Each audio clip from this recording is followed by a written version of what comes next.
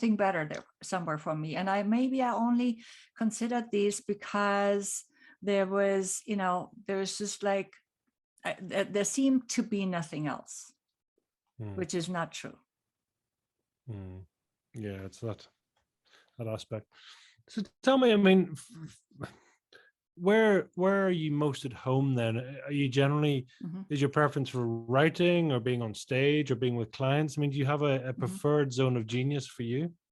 I love in-person speaking. So I haven't, I have been on a few bigger stages, and I love the groups also in corporate settings or in financial institutions. I spoke a lot in New York City, where I go in and it's maybe somewhere from 30 to 60 people, sometimes more, sometimes some join us online as well.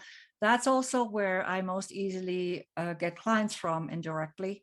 And it's fun because then I can really directly interact with the audience, which I love. Online speaking is fine, but it's not the same. It's not the same. This is great because this is an online interview. I work with my clients online in coaching situations. I love that because then I can serve clients not just in my physical location, but also beyond, and it gives me mobility. But for the speaking, I do still prefer the in-person.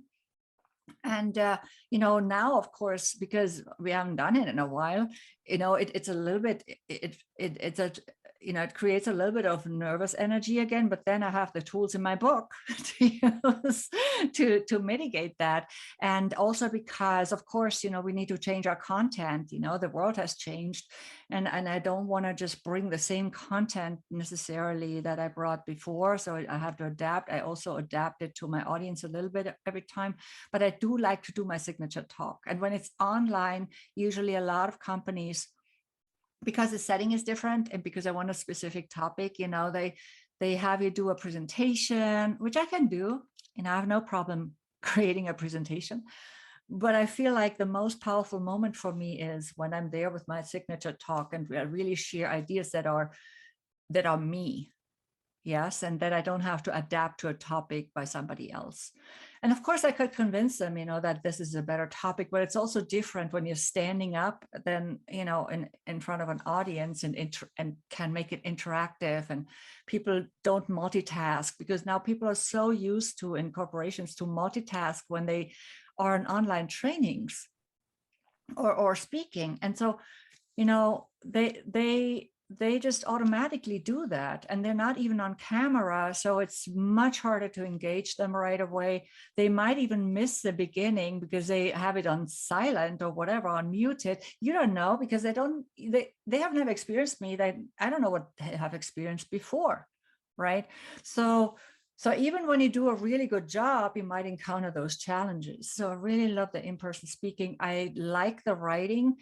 Of course, English is not my native language, so it might take me sometimes a little bit more, but I do like writing. I published a long article last year for the corporate magazine on courageous leadership. Given the world situation, I thought that was a very relevant topic.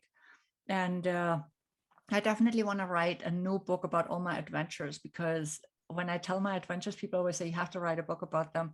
And I might just, this time around, I might look for a ghostwriter, because I have so many other pieces in my big vision. So I'll have to find the right moment, or maybe dictate it or something. But yeah, but I like it too.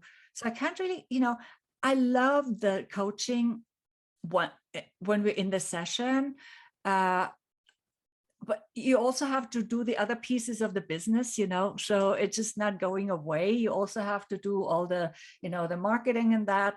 And it's not always so easy to find the right people that really stand behind your business and understand it. So that can be a bit challenging sometimes to build that team.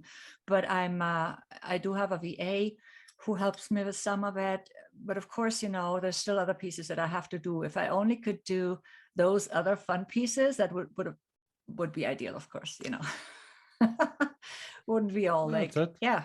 Yeah, well, that's it. Find your zone of genius and focus on it. That's what it's all Yeah. about. But yeah, but also we have to, as you say, we have to do some of the stuff we don't Yeah. particularly love or like, but that's the whole point of it, right? To Right. scale and get your message out there. Yeah. So I mean, you Mhm. do see more books out there. It's something that you enjoy. I mean, do you enjoy the creative process, or is that Yeah. something that you find particularly useful? Yes, I do. And I've gotten used to, of course, also doing videos. The first time you do videos a few years back, it's scary. It's like weird. But now it just comes pretty natural. I think I have so many ideas lined up of what I could do videos about, what I could write about. Sometimes, we need to prioritize a little bit, but uh, I do like that process. Yeah, the creative process is definitely something I like. Mm. And also Yeah. the impact that the coaching work makes on my client and really seeing their results. I mean, that's just, somebody sends me a text or an email, even after we started coaching and sorry, we stopped coaching together, and they say, hey, I just got this promotion because I asked for it, and if we hadn't coached together, then I would have never asked. So I want to thank you. Sometimes it comes after, the program finishes. So Mm, that just mm. makes my day.